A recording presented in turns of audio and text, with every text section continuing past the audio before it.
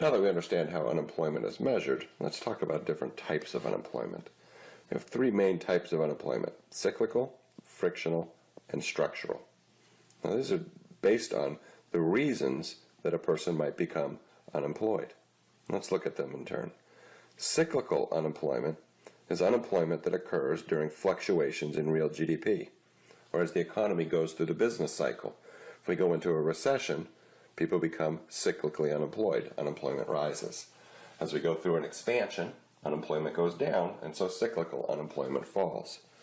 This is unemployment that is only happening because we have the business cycle. And macroeconomists try very hard to dampen the fluctuations in the business cycle and get rid of cyclical unemployment. Frictional unemployment is unemployment that occurs with the normal workings of the economy.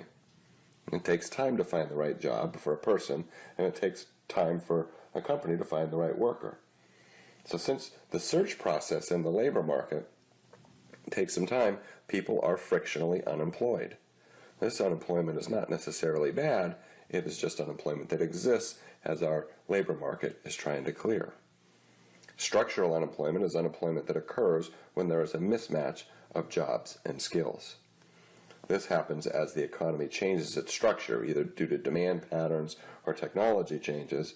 The demand for labor in certain markets fluctuates and people become structurally unemployed.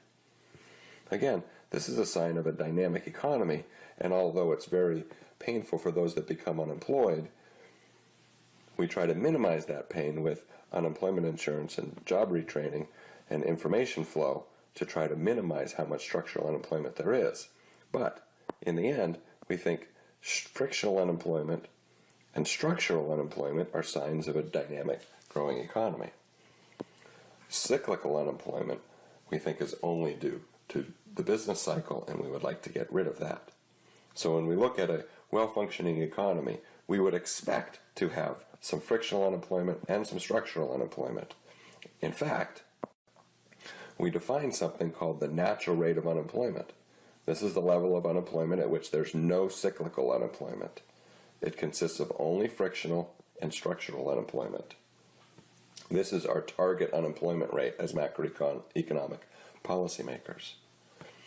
If the unemployment rate is equal to the natural rate of unemployment, then we are at what's called full employment. It's the level of unemployment that occurs when the unemployment rate is at the natural rate.